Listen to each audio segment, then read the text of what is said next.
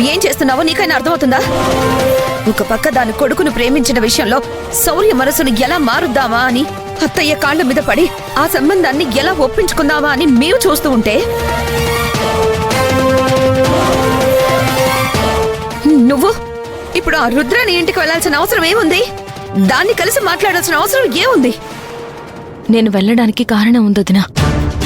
ఆమె కూడా సిద్ధార్థని మన ఇంటి అల్లుడిగా పంపించడానికి ఇష్టం లేదు.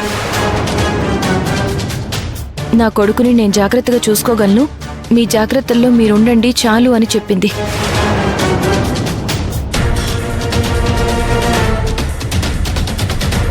దాని గురించే ఒకసారి మాట్లాడి వద్దామని వెళ్ళాను.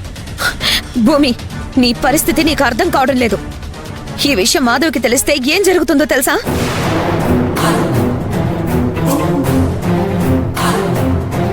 ఇప్పటికీ మీ మధ్య ఉన్న బంధం తెగిపోయేలా ఉంది. ఇలాంటి పనులు చేసి నీ చేతిలో అట నువ్వే తెగ్గొట్టుకునేలా ఉన్నావు.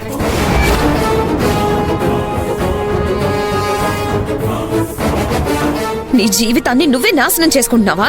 ఎందుకు భూమి ఇలా చేస్తున్నావు? వదినా, నేను మాధవ్కి తెలియకుండా ఏదో చెయ్యాలని అనుకోవడం లేదు. నేను ఇలా వెళ్ళొచ్చానన్న విషయం మాధవ్కి కూడా చెప్పాలనుకుంటున్నాను. వెళ్ళేటప్పుడు అడిగి వెళ్ళడం వేరు, వెళ్ళొచ్చిన తర్వాత చెప్పడం వేరు.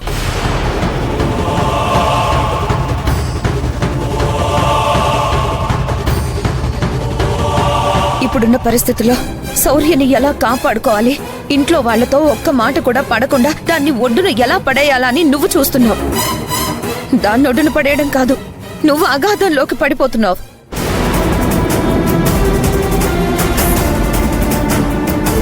అది నీకెందుకు అర్థం కావడం లేదు భూమి?